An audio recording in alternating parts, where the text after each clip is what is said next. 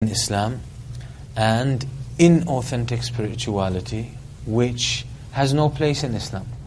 Has no place in Islam. And from an Islamic perspective, if we embrace the Quran and the Sunnah of the Prophet ﷺ tell us, then authentic spirituality that has basis in Islam and has is derived from the Quran and the Sunnah of the Prophet ﷺ is beneficial to us. Beneficial in matters of the deen and in matters of our akhirah, and also beneficial in our daily life. In our daily life. Because everything in Islam is about, all of it leads at some level to improving the quality of life here on earth. Plus, or in addition to enhancing our chances to enter paradise, please Allah subhanahu wa ta'ala, and make it near Him on the Day of Judgment. And that means, on the other side, inauthentic spirituality, although it might feel good, it might have an impact on your soul, is unhealthy. And it's not helpful. It's not good. It has adverse effects. It has adverse effects. And this is what I will try, inshallah, to clarify here. Within this kind of context, I will be talking about the spirituality of the Prophet ﷺ himself, the spirituality of the companions, and how it manifested. How it manifested. So instead of spirituality being some kind of intangible dimension, now we're going to see how it connects to acts of worship, to relationships, how humans deal with each other, and how it impacts the person's life and the way they handle life in general. So, authentic spirituality is the balance that we spoke about yesterday, which is to strike a balance between spirituality, tending to the spirit, to the soul, and its needs, and its wants, and striking a balance with following the Quran and the authentic Sunnah of the Prophet ﷺ. So in order for obedience, we said the spirituality has to be in obedience to Allah subhanahu wa ta'ala. This is by following the Quran and the Sunnah. If any kind of spirituality, any kind of spiritual practice that you don't find it, you don't find the foundations, authentic foundations for it in the Quran, you don't find it being practiced in the Sunnah of the Prophet ﷺ or the first 3 generations, it's defunct, it's unacceptable, and it's harmful to your soul and to your heart. Period. That's it, because spirituality is worship. Is worship, and it's part of the unseen. The soul, we said, is part of the unseen. So what is good for the soul, or what is bad for the soul, we humans cannot access it. We cannot access it, because we said, no one has ever touched their soul, no one has ever seen their soul with their eyes, no one has ever smelled their soul, no one has ever tasted their soul, right? And this is why الروح ويسألونك عن الروح قل الروح من أمر ربي. They ask you about the soul, they say, tell them, Allah didn't even say a small thing about the soul. He said, tell them الروح is from the matters that Allah has kept, whose knowledge that Allah has kept for Himself. So know your limits. So what does that mean? That means we cannot know what is good for the soul and what's bad for the soul except through revelation. That's it. If we do not abide by revelation, we're going to fall into spiritual practices that will be harmful to the soul, harmful to the heart, although they might seem to be pleasant and helpful. And this is where a lot of Islamic sects went wrong with their spiritual practice. You find them doing certain acts of worship, maybe even doing certain forms of dhikr, but in a way and in a manner and using numbers that was not known from the Prophet ﷺ, from the companions of the Prophet ﷺ, or even from a tabi'in. It's not known. There's no foundation for it in Islam. Actually, when you search for the origins of these practices, you're going to find that they come from other nations. Other nations. So you're going to look at, for example, take the mysticism. Mystic practices. Mystic practices are found in every religion, in every culture. Every culture. You're going to find it in Buddhism. You'll find it in Hinduism. You'll find it in Judaism. You'll find it in Christianity with all denominations. You'll find it in the Australian indigenous people. You'll find it in the indigenous people of Hawaii as well. What are they called? Anyway, whatever they are. And in New Zealand, the Aboriginals there, the Maoris. The same, similar stuff. Mysticism is found there. You can find it everywhere. In the Eskimos, same kind of traditions. And they are spread around. So you will find similar practices. There's a lot of parallels that you can find and detect among these mystic practices and schools of thought. Now for us, we have الشريعة الإسلامية وهي ناسخة لما قبلها. Sharia Islamiyya abrogates everything that came before it. Everything that came before it. So what we have in Islam, authentic spirituality, is what we find in the Book of Allah and what we find being practiced by the Prophet ﷺ in his authentic sunnah, his companions, and the tabi'een that remained faithful to the sunnah of the Prophet ﷺ. That's what acceptable spiritual practices are in Islam. Anything outside that circle, there's a question mark on it. There's a question mark on it. As simple as that. That's a basic definition. What is inauthentic spirituality? Is there such thing as inauthentic spirituality? Yes, indeed. Some people try to take it intellectually. They say, like for example, we're going to see people from a different religion having some form of communion, some kind of a congregational remembrance or dhikr or prayer, congregational prayer together.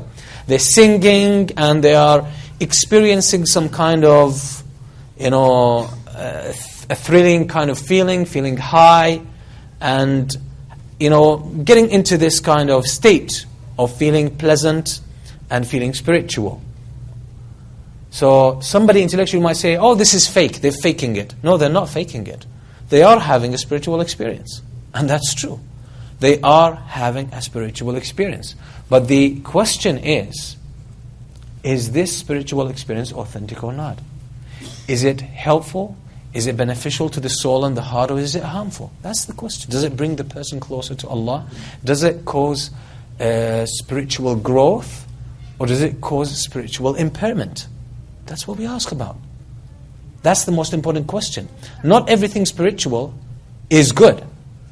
Because the soul is just like the body. You can be doing something thrilling, good, seems beneficial with the body. You can run a marathon every week, 50-kilometer marathon every week, and you think that's very good for the body because you're challenging it, you're stretching your body beyond its limits. So that's going to make you a Superman. And it might work for maybe 20 years, you actually be growing. But maybe after 20 years, your body would collapse completely. You'll have heart failure. You will have a lot of issues with your body. Why? Because you have abused your body. So it seemed to be very pleasant, very empowering. Your body was growing, was getting stronger, and so on and so forth.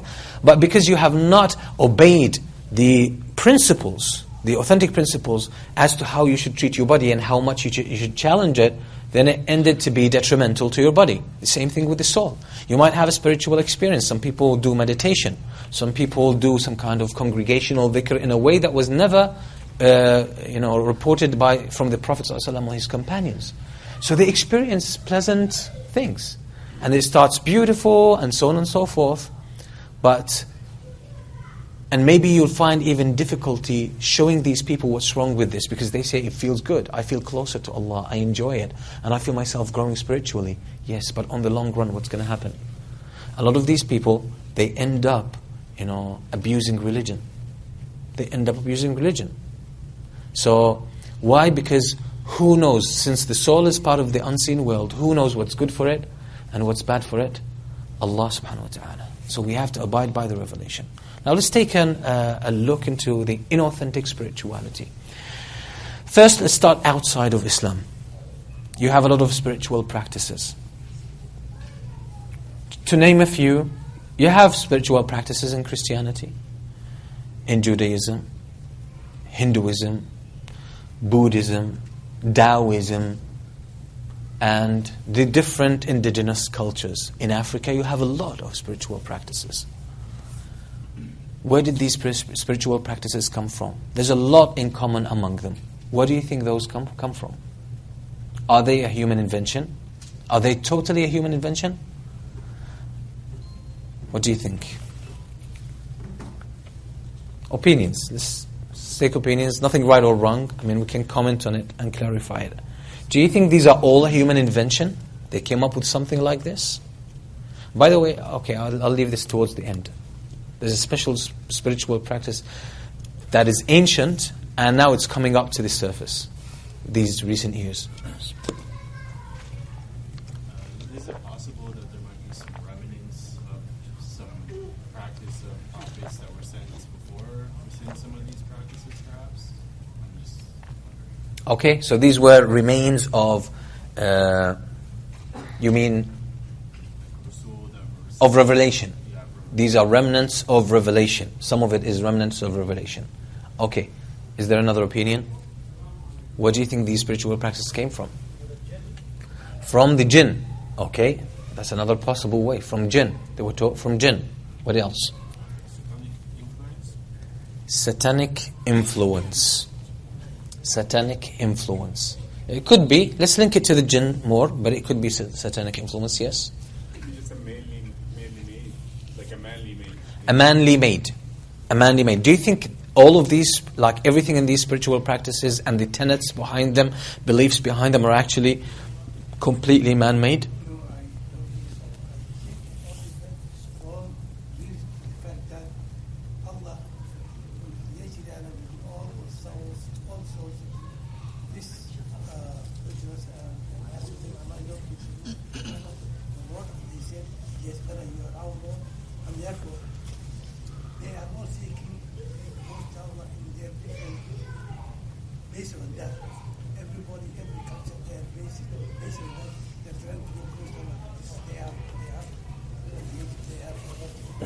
Okay, so you're basically talking about the fitrah here, which is our covenant with Allah subhanahu wa ta'ala. That's just the need for us to connect with Allah.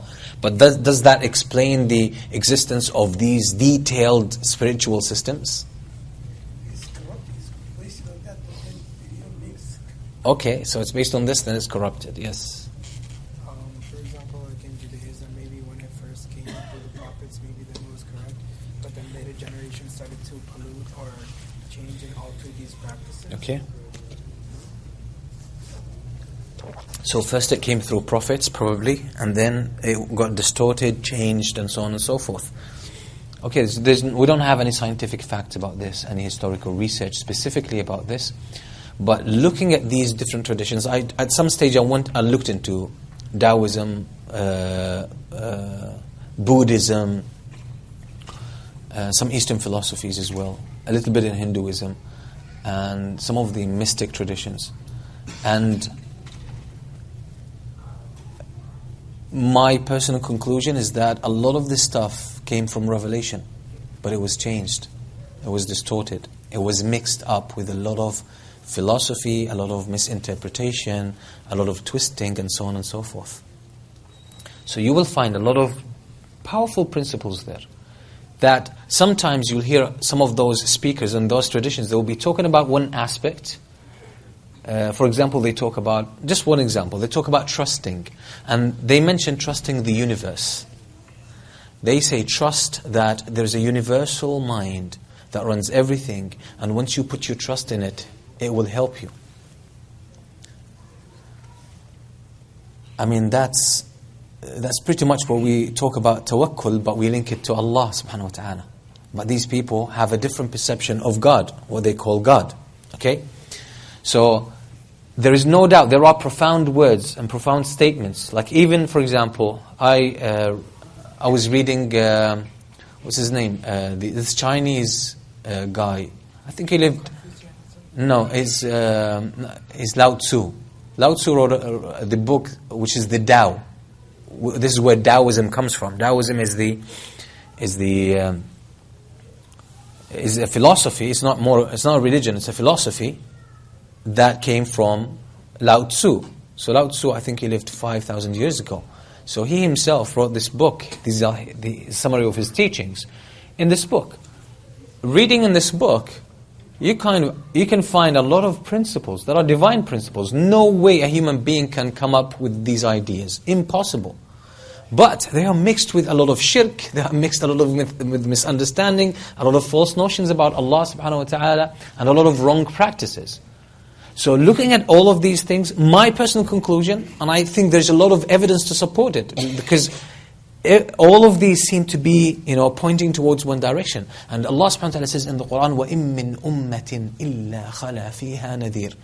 Anyone who knows al-umum wal-khusus and usul al-fiqh, he knows that this is a very profound statement. Allah is basically saying, وَإِن تَأْكيد مِن تَنْكِير أُمَّةٍ إِلَّا خَلَى فِيهَا نَذِيرٌ. 4 emphatic conditioners, linguistic conditioners in one statement. That means there is no nation except that prophets were sent to them. There is no nation. So talking about the people, indigenous people in Australia, yes. Absolutely, some messengers were sent to them. People in the end of the world, New Zealand, in the Eskimos, in Alaska, وَإِن مِّنْ أُمَّةٍ إِلَّا خَلَا فِيهَا نَذِيرٌ. There is no ummah except a prophet was sent to them, was sent into them. So where did all these traditions from the prophets, where did all this revelation, where did it go to? Was it wiped out completely? Was it destroyed completely? It was distorted. It was changed.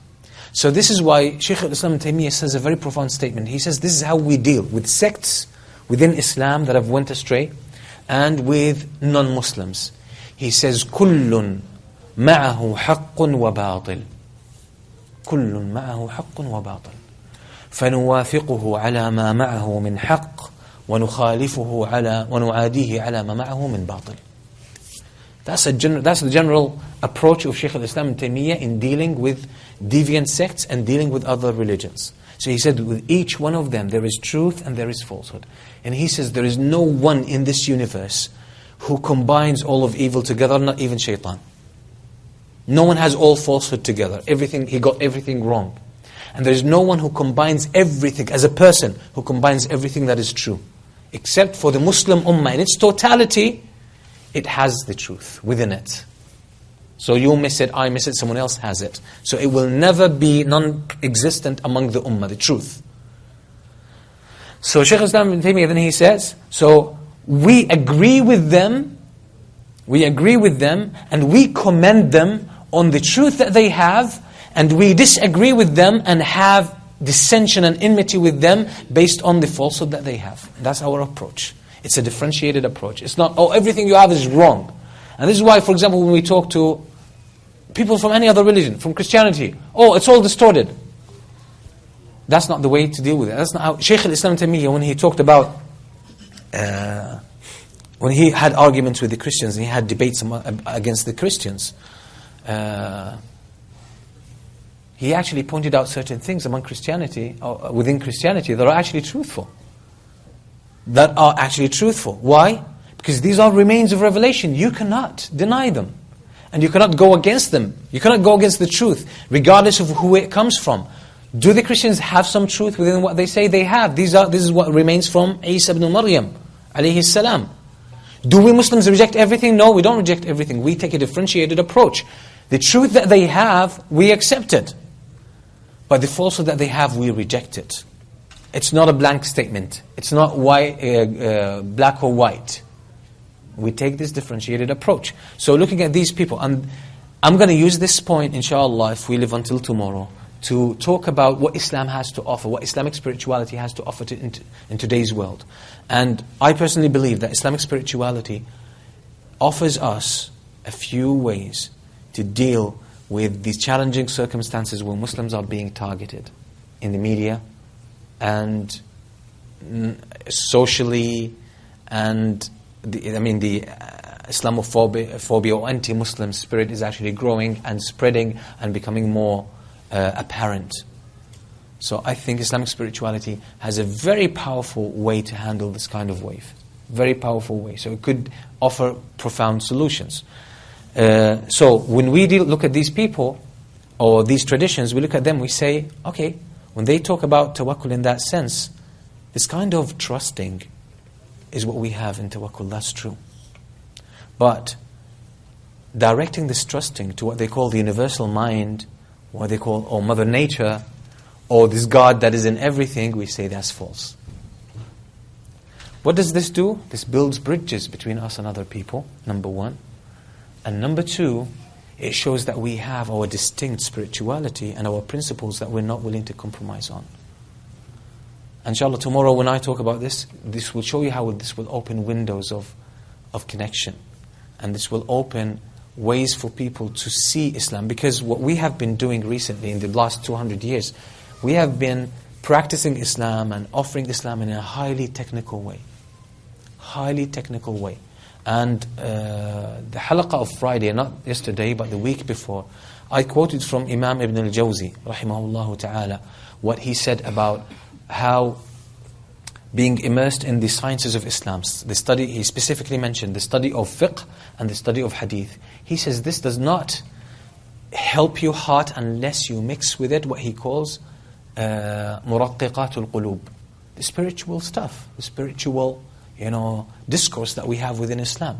So he says if you study these sciences without exposing yourself to the heart softeners and the spiritual side of the Islamic arguments, you're going to develop a hard heart. And you will be very intellectual and very judgmental in your approach. So looking at the life of the Prophet ﷺ, yes, he would teach, but he would teach in a personal way. Look at the private life of the Prophet ﷺ, that's what we're going to talk about today. Look at his private life. There's so many moments of spirituality where he stands most of the night praying to Allah subhanahu wa ta'ala in a state of complete absorbency in the prayer itself. He's absorbed completely in the prayer. The Prophet ﷺ, he's absorbed in dua. So when we deal with these traditions, we have to be careful. We have to take a differentiated approach. We see the truth that they have. Why? Because you cannot reject the truth when it comes. You say when it comes from a different tradition, and it's true and it's compatible with what Islam is. You reject it and you say, "I have this."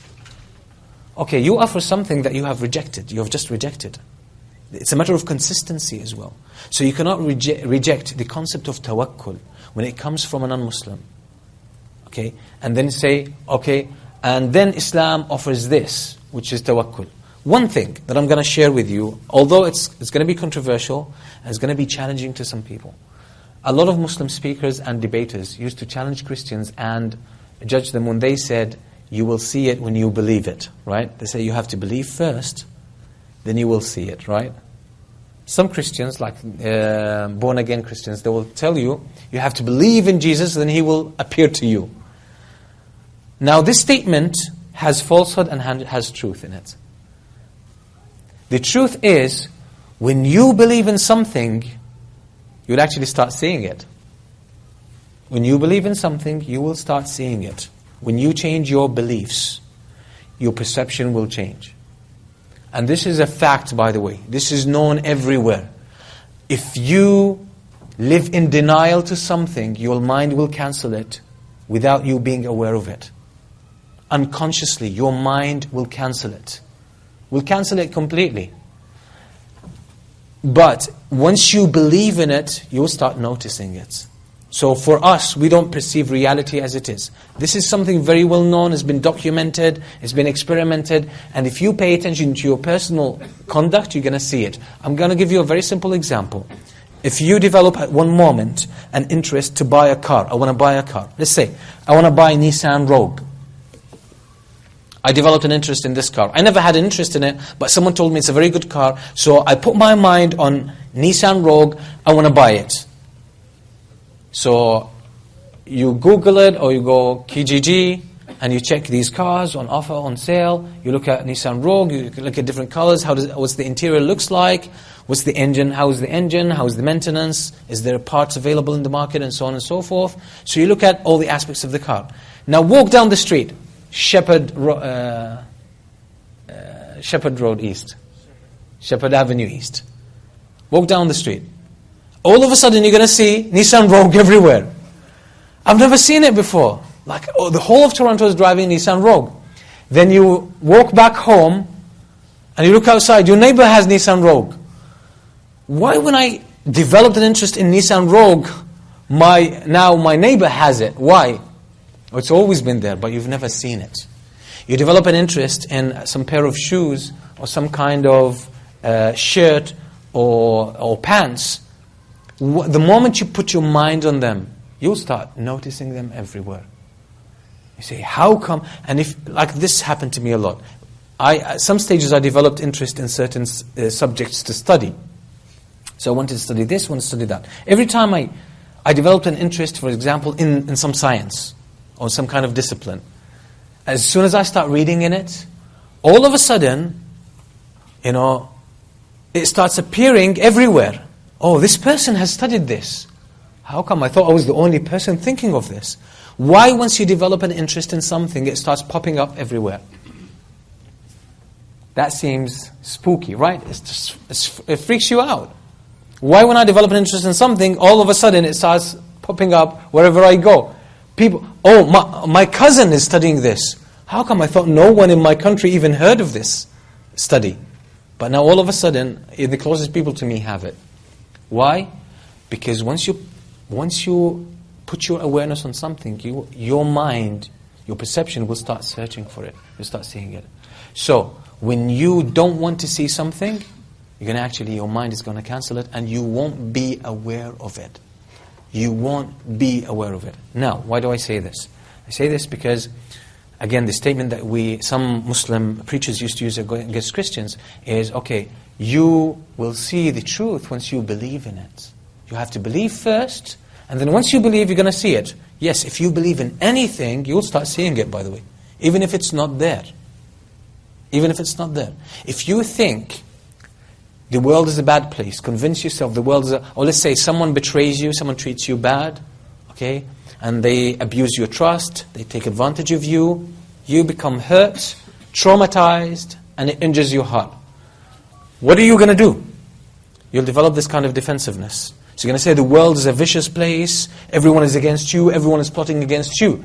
You're going to look at people, you're going to search for signs of people who are trying to manipulate you and take advantage of you. Even the closest people to you. Even the close people to you. You're going to look at your parents, oh, what does my dad mean? Is he against me? Is he with me? Why is my mom talking to me like this? Why does she mention this? Maybe she's against me. This is how our brains work, so we have to be careful. So when you believe in something, you're going to find it. And this is why in Arabic, they say, in the slang language, they say, اللي بتقرص الحية بخاف من جرة الحبل. Okay, they say if a person is bitten by a snake, if he sees a rope, he's going to freak out. Why? Because he's going to see it as a snake. He's not going to see it as a rope. He's going to see it as snake. So really, when you believe in something, your perception is going to change, and you will start seeing it. You will start seeing it. Anyone who studies success and self-help knows this very well. They say the reason why you can't see success is that you believe you can't do it. You believe it's not there. Once you change your mind and you say about something, it's possible, actually things start to change. I'm going to give you a very radical example. Very radical example. Previously, prior to 1953, it was a fact among physiotherapists and people who studied the human anatomy and sports experts that it was impossible for a human being to run a mile in less than 4 minutes. It was a physical impossibility. This was accepted as a fact for centuries. For centuries. And for centuries, no one ran the mile in less than 4 seconds. Now, one English person, I can't remember his first name, Jim Bannister? Bannister. His last name is Bannister. Probably Jerry Bannister or something like this. He put his mind, he said, it's possible. It's just possible. He said, I'm not going to believe this, so I'm going to do it. It's possible. So what happened, he trained himself, he trained physically with the idea that it's possible, it's in his mind. It's a belief. I believe in June 19, 52 or 53, he ran 1 mile in less than 4 minutes. Now that's not a surprise. The same year, by the end of the year, there were 13 other people who ran a mile in less than 4 minutes.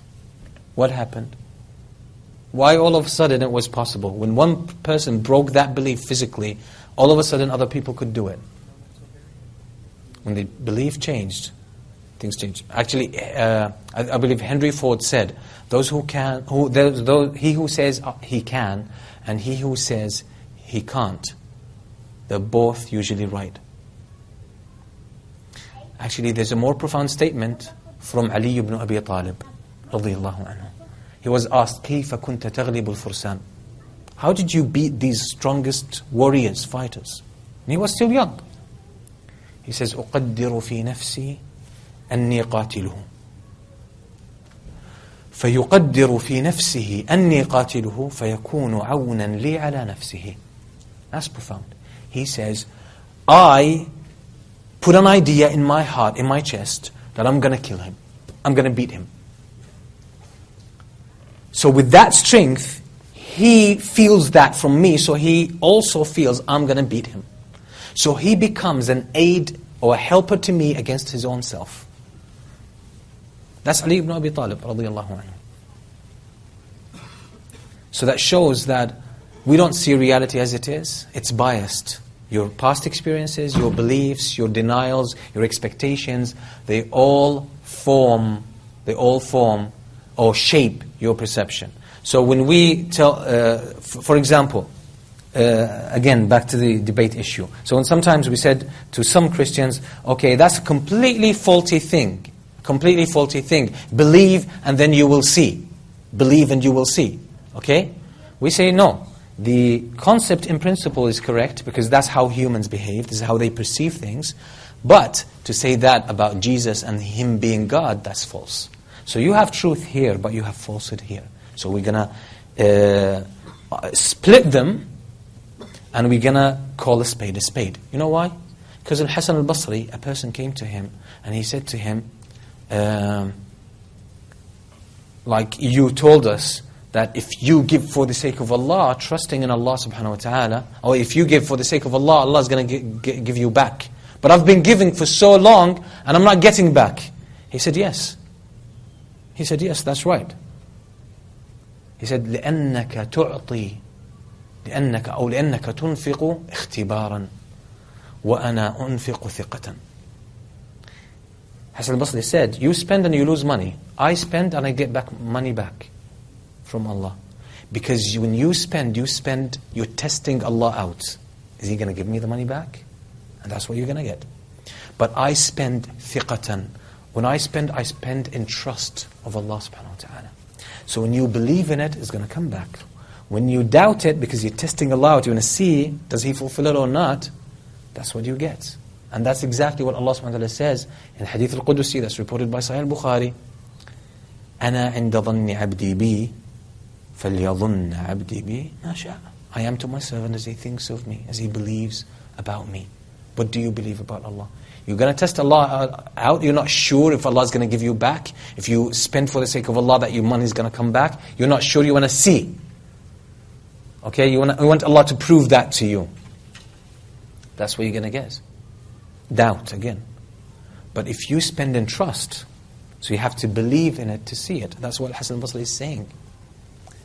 So you cannot, that's the issue with debates. So taking this kind of sweeping approach, blank statement approach, that's all wrong. No, differentiate. This is why Ibn Taymiyyah used this differentiated, and his arguments with everyone, Ibn Taymiyyah used this approach. He would say what they said there is the truth, but it's mixed with falsehood here. So we have to dismantle them, put the falsehood here and put the truth here, and recognize each one for its own merit. And that's it. So, again, with these traditions, we have to, this is how, if we want to deal with them, you don't have to deal with them. You can shun them all together and focus on Islam. That's ideally. But if someone has an interest to study them, or someone who has come from these traditions, by the way, there are Muslims, and there are people who have come to Islam, who now are practicing some of these things that came from these traditions. So it's important for them to learn, because they're already into this stuff. Like there are people who do meditation. There are people who do meditation. There are people who do some kind of yoga where there is some meditation and some spiritual practice. So these people need to know how to handle these things. They need to know how to handle these things. So, these spiritual practices, yes, are they spiritual? Indeed, they are highly spiritual. Do the people who practice them and get involved in them, do they feel spiritual? Do they feel high? Are they doing something to their souls and experiencing something? Absolutely they are. But all the practices that they do that are not in line with the Qur'an and the Sunnah of the Prophet ﷺ, they might feel good, they might feel spiritual, they might feel high, but these are absolutely not doing good to your soul. Period. So you'll find these people, not all of them, but in different traditions, you find some of them spiritual. How do they practice their spirituality? By open sexuality. This is why, for example, one of the most controversial, bigger Hindu guys who was in the 60s, 70s, became so big, Osho, he became so big in the United States, and they wanted even to build a city. So they used to get into spiritual practices, doing congregational prayer, and jumping and singing, and feeling really high. People were feeling spiritual. But he built a cult around it. And what would they do afterwards? Open sexuality. Open sexuality. Immoral. Yet they felt high even when they're doing it. They felt it was a spiritual experience. So this is why the only way to practice an authentic spirituality is to see what is in the Qur'an, what's in the Sunnah of the Prophet ﷺ. Some people are getting now into meditation. Ibn al-Qayyim talked about meditation. And by the way, meditation, I'm speaking about this because it's becoming very common, and a lot of companies are introducing these practices to their employees, yarhamukallah, because they have seen that with meditation, people's sense of well-being, comfort, less stress is actually helping their employees. So there is less absenteeism, there is more productivity, people are more comfortable spending more time at work, and so on and so forth. So for them this makes money. So they're happy with this. So a lot of people are exposed to this meditation. Meditation is not one thing. There are different types of meditation. The most common now, most widespread type of meditation comes from what they call transcendental meditation. It's about silencing your mind. You sit still, close your eyes or open your eyes, depends, but breathe, okay, relax. Put your awareness in your body, feel your chest, feel your stomach, feel your hands, feel your arms, feel your thighs, feel the vibe of your own body, and forget everything else, and keep focus on your breath. Have awareness, put your awareness in your body. Yeah, now they call it mindfulness because they want to avoid, meditation comes more from these Eastern spirituals, so they gave it now more of a mild name. So this is why they use this in positive psychology. They call it mindfulness. Okay, so it's basically silencing your mind and just being aware.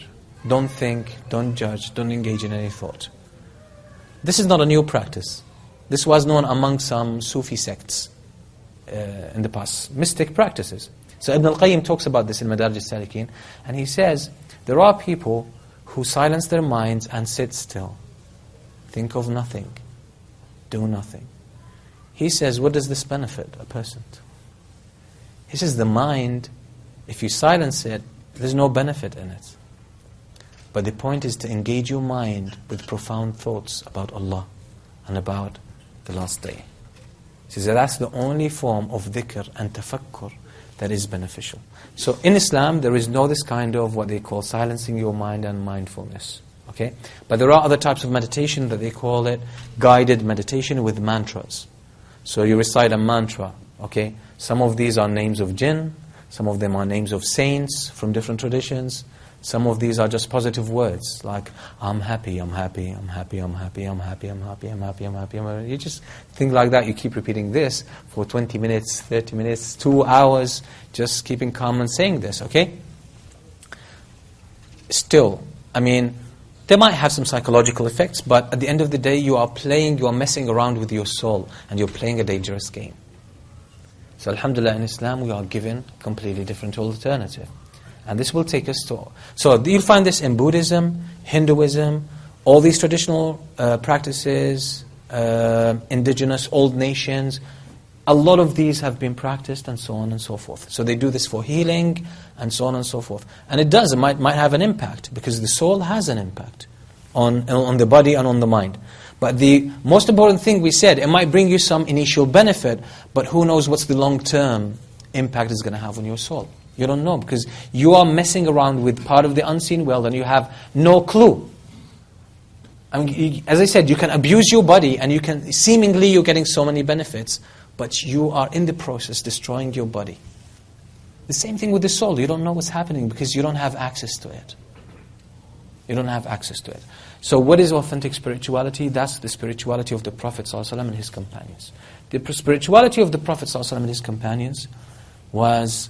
Let's look at the life of the Prophet ﷺ. How did it start? It started mainly with al-uzla. Al-uzla. So, moving away from people. The Prophet ﷺ would spend time, for the last 3 years before receiving the revelation, he would spend the whole month of Ramadan in Ghar Hira, in the cave of Hira.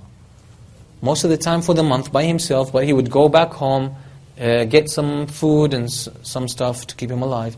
Then, or sometimes Khadija radiallahu anha would send the servant to give him the supplies. And then the Prophet would stay there and he would contemplate, he would think. He wants to stay away from the clutter of people, because with people there's a lot of competition. And this is where Ibn al-Qayyim, Ibn al-Qayyim talks about mufsidatul qulub, the things that destroy your heart. One of them, he says, al-mukhalata, kathratul mukhalata. Mixing, excessive mixing with people. Excessive mixing with people. Then he says, وَهَلْ آفَةُ النَّاسِ إِلَّا النَّاسِ. He says, is the problem of people anything other than people? Who creates problems for people? It's other people. Then he says, what blocks your heart is, he makes a beautiful statement. He says, دُخَانُ أَنفَاسِ بَنِي آدَمْ. That's in Madarij al-Salikin.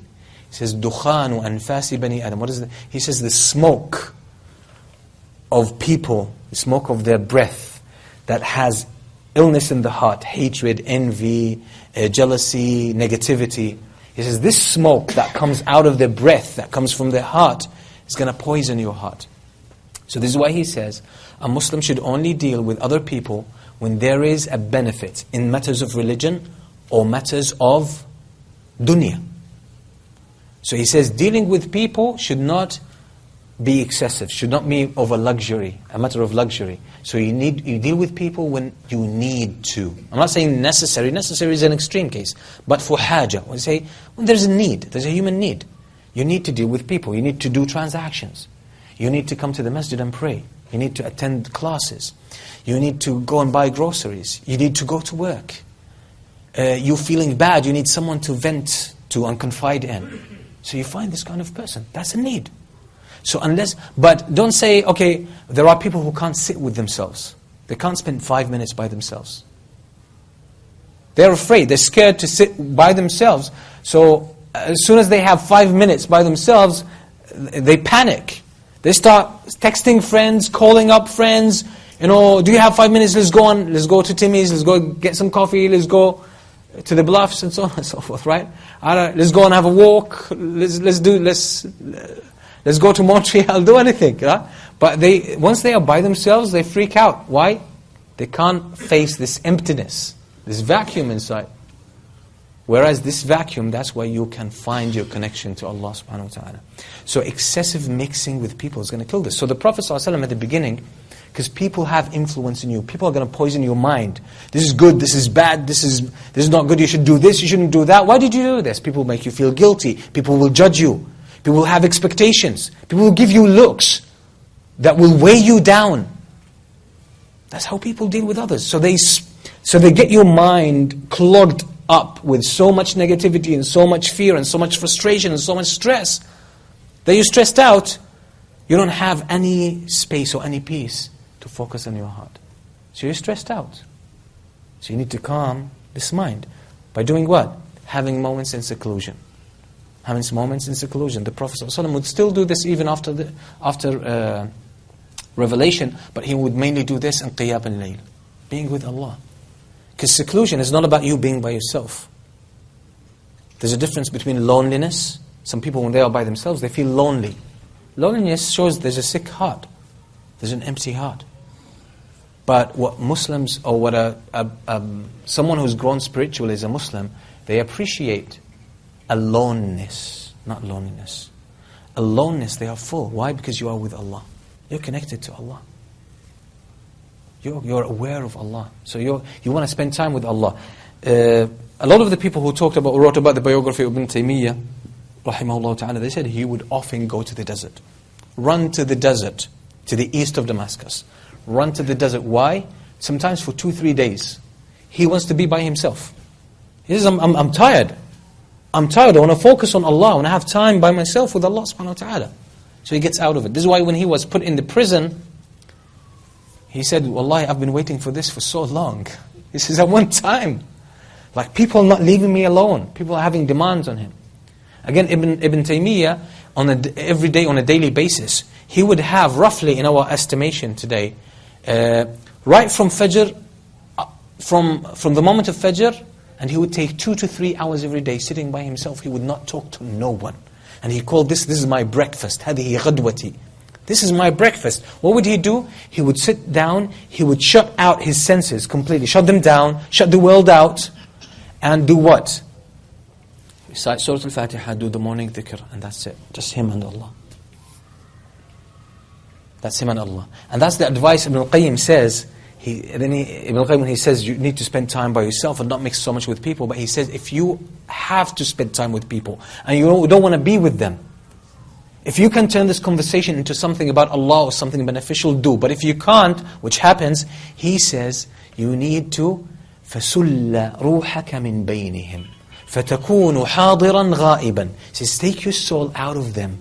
So you are present in your body, but you are absent in your mind. And he says, وَلَا يَقْدِرُ عَلَى هَذَا إِلَّا صَاحِبُ مِرَانٍ لِنَفْسِهِ. And he says, no one can do this except someone who has worked hard on himself. So you are among people, and you look at them, and you smile at them, and they talk, and they think you are engaged with them, but your mind is with Allah. Your mind is with Allah, somewhere else, completely different. So first thing with the Prophet ﷺ was this kind of seclusion, this kind of aloneness, where he would contemplate the bigger questions about life. He would calm his mind, because people are going to work your mind up with so much negativity, expectations, judgments. I mean, walk into the masjid and you're going to feel the piercing of a few eyes, right? In a masjid. Walk into a masjid, you're going to see people looking at you in strange ways. Why? Human beings have issues. They're fighting battles in their life. And people, they want to vent out. So you come in their face, they're going to throw that on you. That's how humans are. Don't expect them to be better than that. They need empathy and sympathy for that. Not even judgment. So you need this kind of seclusion in the life of the Prophet ﷺ. Afterwards, what would the Prophet ﷺ do? Where would his spirituality show? Qiyam al-layl. Praying at night. The Prophet ﷺ loved it. He would even leave his wife and he would pray at night. The hadith of Aisha radiallahu anha, she says, like, I missed the Prophet ﷺ one night and I looked, I touched around and I saw then I felt the Prophet ﷺ, I felt him praying. His lap was wet. Why? Because his eyes were tearing up. His eyes were tearing up. His beard would be wet. His clothes, his lap is wet. That's a moment of connection to Allah subhanahu wa ta'ala. Some people think it's sadness, it's bad. No. There is a positive type of sadness when you connect to Allah subhanahu wa ta'ala and you embrace the reality of life, the reality of existence. You connect to Allah. There's a beautiful feeling of bliss. A blissful feeling where tears come out with joy and connection and love and fulfillment and connection to Allah subhanahu wa ta'ala. There's no words to describe this. Like one of the tabi'een said, والله إنه لتمر بالقلب لحظات أقول فيها لو كان أهل الجنة في مثل هذا إنهم لفي عيش طيب. One of the tabi'een says, there are moments that pass, that I go through, that I say to myself, Wallahi, if the people in paradise are experiencing something similar to what I'm experiencing now, this is a beautiful way to live. What a blessing from Allah. What ecstasy, and what a great reward from Allah subhanahu wa ta'ala. And another one says, Wallahi law alima ahlu ad-duthuri bima nahnu fihi min an-na'im la jaladuna alayhi bis-suyuf. Wallahi, if the people of wealth and people of power, if they know the happiness and the beauty and the bliss that we enjoy in our hearts, they would fight us to get it from us, trying to get it. These are the people who are people who are enjoying everything in this world. They have access to whatever they want in this world. Where does this come from? It's connection to Allah. So the Prophet ﷺ would experience this spirituality in Qiyam al-Layl. There's nothing more beautiful than this. You are standing in the presence of Allah when He descends to the nearest heaven. He's the closest to His creation in a way that befits His majesty. He's the closest. Your heart feels it. Your heart knows it. Then you are standing in His presence and you are reciting His words. You are reciting the words of Allah subhanahu wa ta'ala. In the middle of the night, people are sleeping, but your heart is with Allah. Where's the world? The world has disappeared from your consciousness because you are in the presence of Allah. In the world for you, there's only Allah and you. And if you get closer as well, you get to a point where you don't even feel yourself, you only feel the presence of Allah subhanahu wa ta'ala. You only feel the presence of Allah. And this is what the scholars have taken this term and corrected it, because it was used by some Muslims. They call it fana'u shuhud. You stop witnessing, you stop feeling, or you stop being conscious of anything but Allah subhanahu wa ta'ala. So you don't feel anything but Allah subhanahu wa ta'ala. And you are absorbed in the love of Allah. Nothing is more fulfilling than this. Abu Sulaiman al-Darani, one of the tabi'een, he said, sometimes at night I'm reciting, and I'm reciting one verse, and it's so profound and so beautiful that I cannot move on to the next verse.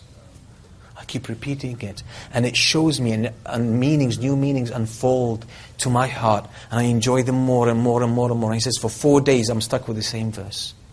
And he says, وَلَوْلَا أَن تَتَدَارَكَنِي رَحْمَةُ اللَّهِ فَأَغْفُلُ عَنْهَا وَإِلَّا مَا تَعَدَّيْتُهَا. He says, but the blessing of Allah comes on me and it makes me forgetful, so I miss on some benefits and I happen to move to the next verse, and this is how I'm able to carry on. Thabit al-Bunani, the great scholar of hadith, the great tabi'i, he says, he used to say to himself, Ya Rabbi, he used to make dua, Allahumma in kunta a'tayta ahadan as-salata fi qabrihi fa'a'tiniha. Oh Allah, if you have ever given someone the ability to pray in their graves, please give it to me. Please give it to me. This kind of sweetness, that's spirituality. Spirituality of the Prophet ﷺ also, because spirituality is moral, by the way. Spirituality is moral. So our morality, our principles like truthfulness, justice, forgiveness, kindness, generosity, courage, where does it come from? It comes from our soul. It comes from the soul. It comes from the soul. Cowardice, lack, envy, hatred. Where does this come from? It comes from the self, not the soul. It comes from your mind that wants to compete and wants to fight over things. But the soul, because it's part of the unseen world, it knows everything is there in abundance. That Allah's gifts are uncountable. There's no limit. They are abundant. So the soul knows. It gives and it knows it's going to get back. It's courageous and it knows nothing's going to happen except what Allah wrote for it. So the soul is essentially ethical. So when you tap more into your spiritual side, what happens is tap more into the deeper part of your heart and your fitrah. What happens, I'm going to take 2 minutes and then we'll make the other inshallah. What happens, you're going to be ethical. So look at the Prophet ﷺ, how he dealt with people. As-Sadiq al-Amin. That's his fitrah, his spiritual nature before Islam. He was the trustworthy. He was the honest. Look at the Prophet ﷺ afterwards. A Bedouin comes to the Prophet ﷺ. He had already lent the Prophet ﷺ some money, but the time hasn't come yet. So he sees the Prophet ﷺ. What does he say? He says, Ya Muhammad, innakum ya banu Abdul Muttalib qawmun mutl. He says, Muhammad, without respect, no respect. He says, Ya Muhammad, you family of Abdul Muttalib, you people don't give people their rights. You keep putting off the debts. You keep playing games. That's how it feels, right? It was very disrespectful. Umar ibn Khattab gets angry. He puts his hand on his sword. He says, Messenger of Allah, let me chop off his head. What does the Prophet ﷺ says? He turns to the man. You can't do this if you are not spiritual. You can't fake this. The Prophet ﷺ turns to the man and he says, Sadaqt. He says, you're truthful, you need your money. You need your money back. Then he says to Umar ibn Khattab, لِمَاذَا أَخَفْتَهُ? Why did you scare the man? Why did you scare the man? You frightened him. The man has a right. إِنَّ لِصَاحِبِ الْحَقِّ مَقَالًا. The man has a right, and the one who has right, he can speak with a strong voice, with a strong attitude.